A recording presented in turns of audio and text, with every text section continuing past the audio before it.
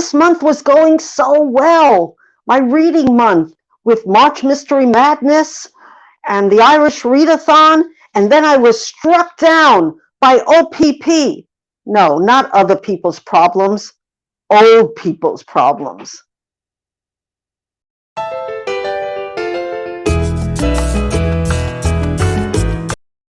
Hello, BookTube. Welcome back to my channel, or welcome if you're new. I'm Marilyn MM, the baby boomer booktuber. And what was I talking about in my teaser? Well, if you can see, I'm not wearing glasses today. All this month, and maybe even last month, I kept on saying I couldn't read the print and bear with me. And I was thinking something was really wrong, because I started walking one day, because I walk for exercise, and everything was blurry. It was very scary. So I went to my eye doctor, who took out both of my cataracts, on one last year and one 2 years ago. So he told me that a secondary cataract was growing on my right eye, and that's why everything is blurry, and he can fix it with a laser treatment. That's not like the operations that I had before. It's a simple procedure. Yeah, simple. They're just going to put a laser inside my eye and make a hole. I'm okay with it. But it is an old people's problem, cataracts, usually. Anyway, so I'm doing this without glasses, because glasses don't help. But my theme today, on the 6th day of March Mystery Madness, is to present a book to you by an author who I believe is underrated. And for me, that person is Josephine Tey. Her most famous book was The Daughter of Time, and I'll get to that in a minute. But who was Josephine Tey? The funny part is, not too many people really knew her. So I looked her up, and Josephine Tey, it was a pseudonym used by Elizabeth McIntosh. Her family called her Beth, a Scottish author. Her novel, The Daughter of Time, was a detective work investigating the role of Richard III in the death of the princes in the Tower, and named as the greatest crime novel of all time by the Crime Writers Association in 1990. And so she creates one of history's most famous and vicious crimes in her classic best-selling novel, The Daughter of Time. This is an inspector. It's not one of her standalones. So she didn't write many books, but she wrote a lot of plays and short stories. And so this is her Inspector Grant series. And I was just looking at what I've read of her, and it seems that I've read most of her books, but not all. I'm talking about her full-length novels, and I'll get to this in a minute.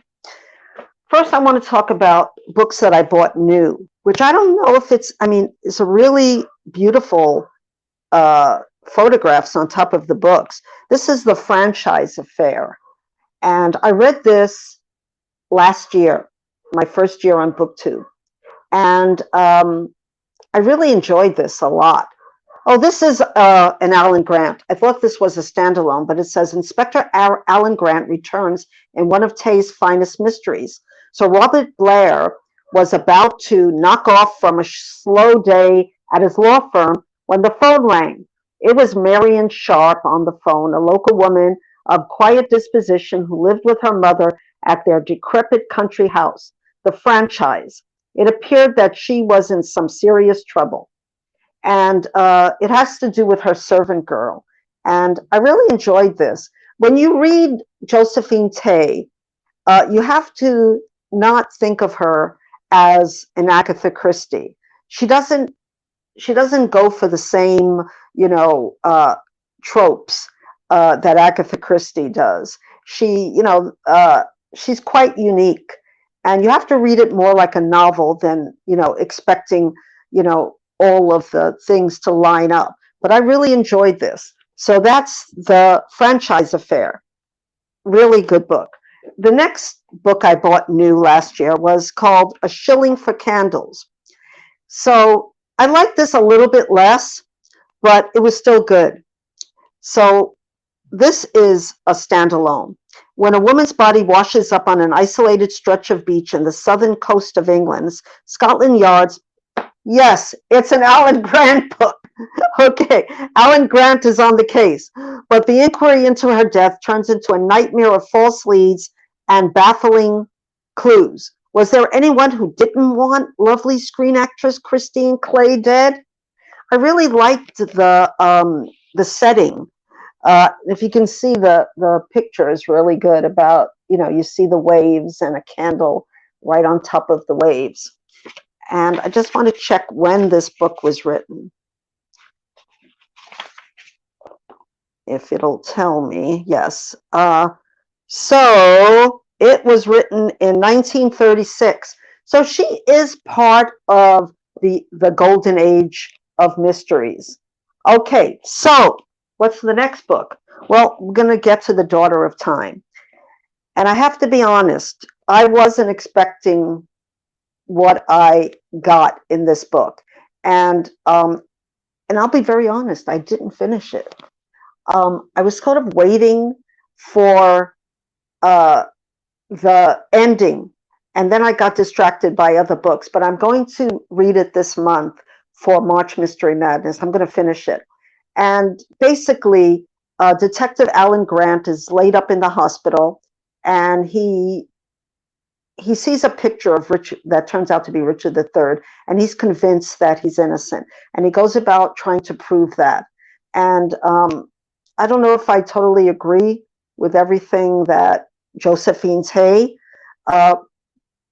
lays out in the crimes, but it's certainly a unique book, and I will finish it this month. Then I got a package in the mail because about a month ago, I read that this was one of Josephine Tey's most beside The Daughter of Time, and it's called Brat Farrar, and it's a best-selling classic mystery novel cherished by generations of readers. So in this surprising tale of mystery and suspense, a stranger enters the inner sanctum of the Abbey family, posing as Patrick Ashley, the heir to the family's sizable fortune. The stranger, Brat Farrar, has been carefully coached on Patrick's mannerisms, appearance, and every significant detail of Patrick's early life up to the 13th year when he disappeared and was thought to have drowned himself. It seems as if Brat is going to pull off the most incredible deception until old secrets emerge that jeopardize the imposter's plan and his life, culminating in a final terrible moment when all is revealed. That's all I'll say.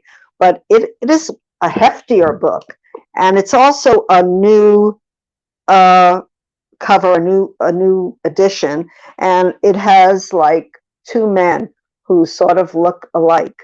And I heard this was a really popular one because it's a bestseller. So I'm looking forward, and if I can get to it in March Mystery Madness, I don't know, but I'll start it for sure in March Mystery Madness. So this series is going to be not only mysteries, but underrated authors that I love, who I believe either they're underrated as an author in general, or some of their books have been underrated. That's all I'm going to say today, except that I found out, of course, a new readathon, and I'll put more information down in the show notes. But it's Read Agatha Christie 2022 Challenge. Now, I read Agatha Christie almost every month. I used to have a collection of her books, but moving to Hawaii, I had to really pare my books down almost to nothing. But this month, I just happened to pick this up. It's my book. It's Peril at End House. And I read it many, many times.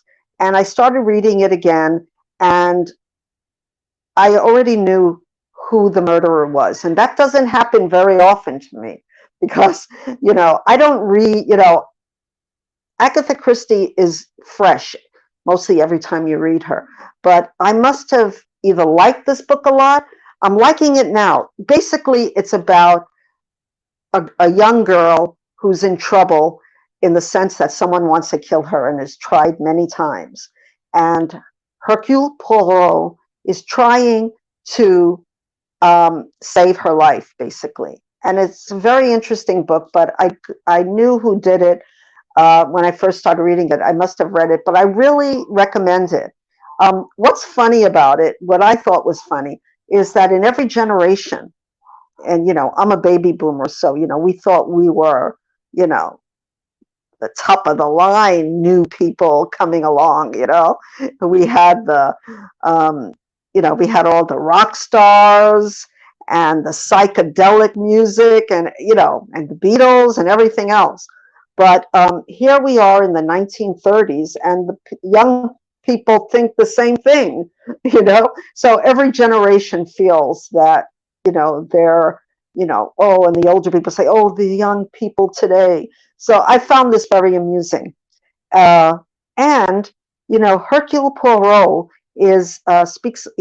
Agatha Christie must have spoke quite a good amount of French, because I've been looking up all the words, and trying to practice. Not that I'm going to be able to use it. Tout c'est simple. Tout c'est simple. It's very hard French. That means it's obvious. But anyway, I was looking it up. What's interesting about French is that a lot of words, if you read it, even like Spanish is said like it's written. But here in French, they drop letters and then they add them onto other words. So c'est tout is T from the say, and then tout, and then the simple. It's like simple, yeah, or simple. I forgot already. But you don't say simple, like, it's simple. Anyway, I'm enjoying that part of this. And then at the end part of the month, I'm very excited, and I said this before, to be doing a buddy read with Brian at Bookish. And it's a very special book. Agatha Christie herself considered this one of her best books. So that's exciting too. So so join me in the coming weeks and months when I try to bring to your attention authors who have been underrated, or books of famous authors that have been underrated. I think it's a really, I have some ideas in mind. And next Monday, I'm going to have a procedure done. So right now, I can't really see I can hardly see the camera. But it's funny, I can read, which is good. And I'm trying to see if I can fit in another Mary Reinhardt's, Mary Roberts Reinhardt read along, The Breaking Point. I've been trying to get it, but it's not in my library. But we'll see.